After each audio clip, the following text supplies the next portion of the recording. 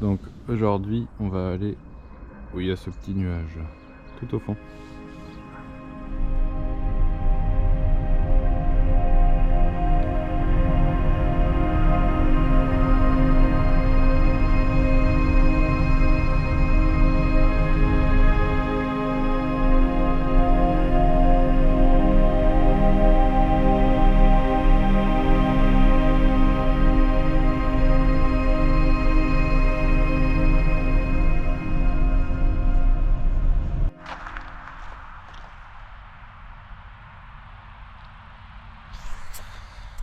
Voilà, nous sommes arrivés pas loin de Dampierre-en-Burly, une des centrales nucléaires qui sont présentes en France, dont on a beaucoup parlé récemment. Et là, on va aller en bord de Loire.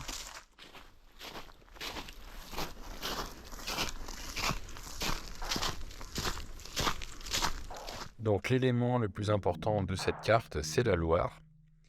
Elle est longée des deux côtés par des petits bois et les étendues de sable sont en fait des bras à sec sur lesquels on retrouve une poignée d'îles plus ou moins petites et quelques points d'eau. En périphérie, il y a la route qu'on entend parfois un peu trop. Il y a des parcelles privées et puis des pelouses plus ou moins verdoyantes que j'avais filmées en septembre dernier. La zone est à peu près délimitée comme ça. Comme je le disais, en été les bras sont à sec, mais en ce moment le niveau de l'eau s'est enfin mis à remonter. Et pour l'instant, il y a 2 écoulements d'eau qui traversent le site. Et ils sont encore franchissables, mais vraiment plus pour longtemps je pense. Donc c'est ça qui est intéressant je trouve avec les bords de Loire, c'est que l'environnement change beaucoup. Et par exemple, il y a un autre endroit aussi sur ce site où cet été il y avait beaucoup de gros rochers qui étaient sur le lit de la Loire qu'on pouvait voir. Donc ça créait beaucoup de remous et à ce moment-là j'ai pu faire pas mal de photos assez cool. Mais c'était seulement parce que le niveau de l'eau était vraiment très bas. Et peut-être un peu trop bas.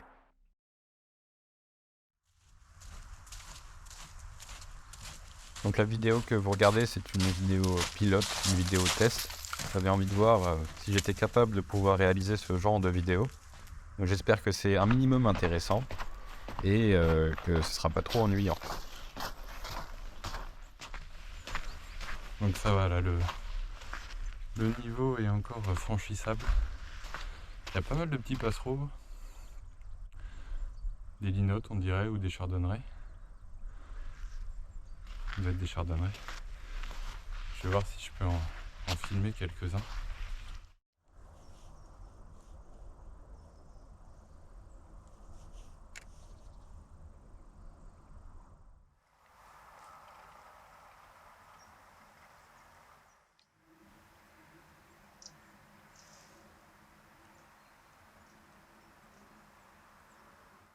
Bon, c'est le moment où il faut traverser.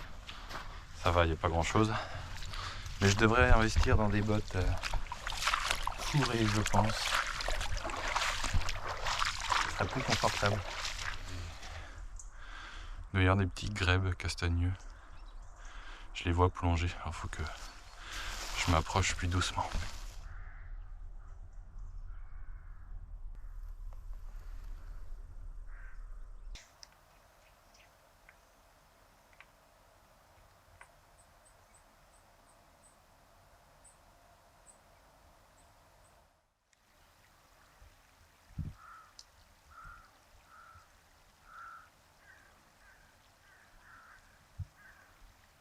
J'arrête de jouer avec le petit grèbe. C'est assez marrant parce que dès qu'il plonge, hop, tu peux te rapprocher. C'est un peu comme un 2-3 soleil.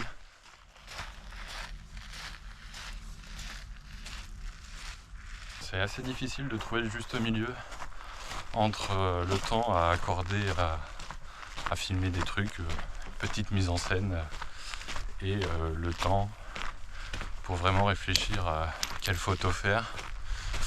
Il va falloir que je trouve ce juste milieu parce que sinon je vais me retrouver sans aucune photo de fête.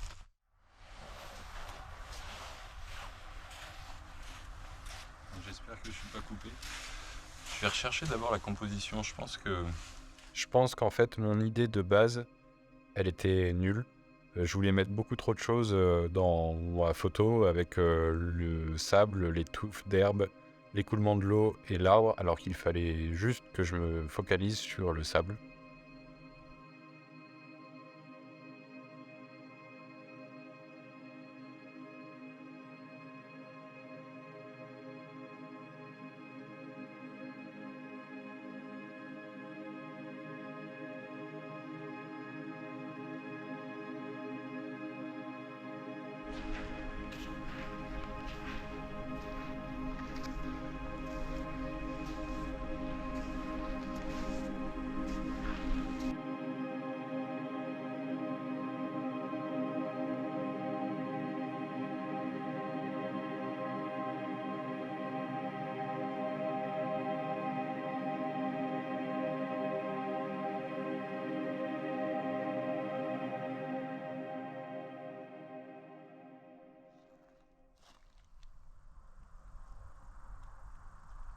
Alors les deux photos, elles sont pas incroyables, mais bon, ça fait partie du jeu aussi de montrer le process, et ça serait beaucoup trop facile en fait de montrer que les photos magnifiques. À ce moment-là de la vidéo, je pensais pas avoir de photos potables, et donc j'ai commencé à m'éparpiller un peu à droite à gauche pour réussir à choper quelque chose d'intéressant pour la vidéo.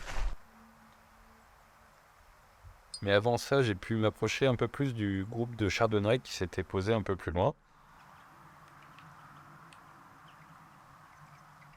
Je l'ai trouvé marrant à chercher de la nourriture directement sur le sable. On a plutôt l'habitude de les voir sur des branches. Et puis il y avait aussi un petit troglodyte en périphérie de ce groupe-là. Et un peu plus loin, dans une mare que j'avais indiquée sur la carte, j'ai retrouvé un grèbe castagneux. J'ai pas réussi à avoir de vidéo correcte de lui. À un moment, il a plongé et il a complètement disparu. Je vais quand même aller voir un tronc que j'avais photographié la semaine dernière. Sauf que je n'avais pas pris assez de temps, je pense, pour le photographier.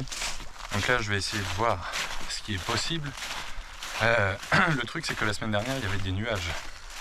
Et donc, le ciel était beaucoup plus intéressant. Donc cette photo, je vais vous la montrer. J'ai fait une erreur en la postant sur Instagram. Je l'ai postée au format carré et en fait, j'aurais pas dû. Je l'ai fait parce que toutes mes photos sur Instagram sont dans ce format-là, au format carré, et je voulais garder une cohérence dans le contenu que je poste. Mais en fait, pour cette photo, ce qui convenait le mieux, c'était le format portrait. Donc là, on la voit au format carré, et il manque vraiment quelque chose en bas de l'image, je trouve. Alors que là, au format portrait, on a le tronc dans son entièreté, enfin presque, et il n'y a rien qui manque, tout est à sa place. Bon, c'est une composition très simple, mais je trouve que ça fonctionne mieux. Et pour l'oiseau qui était à côté dans les vidéos, c'était un pouillot véloce, qui était juste à côté de moi, à peut-être 3 mètres, 4 mètres, et il s'est laissé approcher. Alors je sais pas, c'est peut-être parce qu'il avait trop la dalle, et à cause du froid, il s'est dépêché de chercher à manger, et il a préféré ne pas faire attention à moi. Ou c'est peut-être dans sa nature, hein, c'était juste un pouillot véloce un peu moins timide que les autres.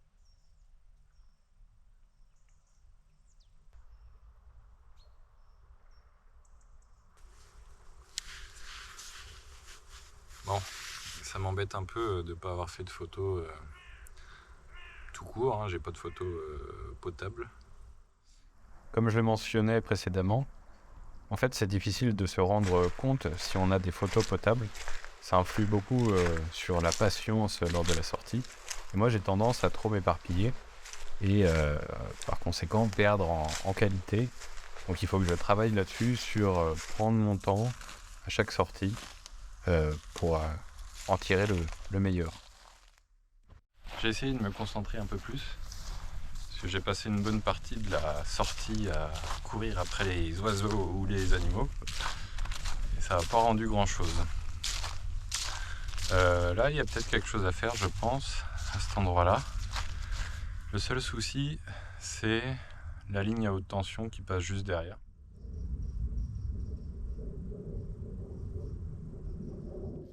Il y a un peu de vent. Du coup, ça fait quelques vadelettes sur la flaque d'eau qui est juste devant l'arbre. Et je pense qu'avec un temps de pause long, il est possible d'avoir un résultat intéressant. Alors, deux choses pour cette photo. Déjà, le temps de pause long n'était pas nécessaire. J'ai fait des tests avec des temps de pause beaucoup plus courts et il y avait plus de détails dans les reflets de l'eau. Mais c'était pas les mêmes réglages, le ciel était pas pareil, donc je les ai pas gardés. Alors que là, sur la photo, en temps de pause long, je trouve que le reflet dans l'eau est pas assez net. On aurait pu gagner un peu plus de détails, mais bon, c'est passable. Et pour ce qui est de la ligne électrique, finalement, je l'ai gardée parce que je trouve qu'elle a sa place dans la composition. Et bon, ça aurait été aussi beaucoup de boulot de l'enlever sur Photoshop.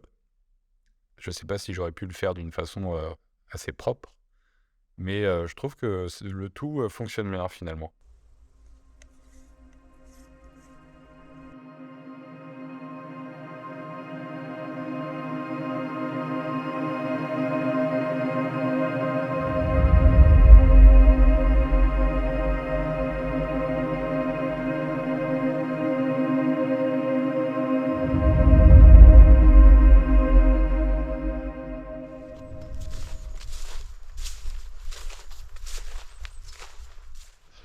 On arrive à la fin de la sortie de ce matin. Et là, je me dirige vers la souche, enfin le tronc dont je vous ai parlé plus tôt dans la vidéo. Et là, en arrivant de l'autre côté, je me dis que c'est plutôt intéressant de le prendre en photo pile entre ces deux arbres. Il brille bien avec le soleil là, qui donne dessus à fond. Le tronc a été pris en photo. Je pense que le résultat est pas mal.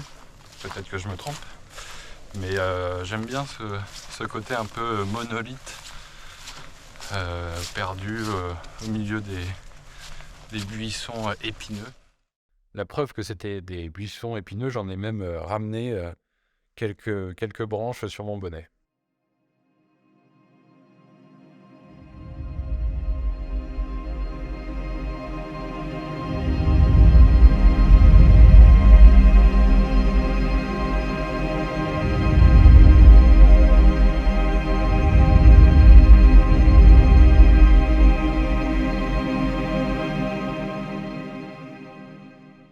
Donc on arrive à la fin de la vidéo.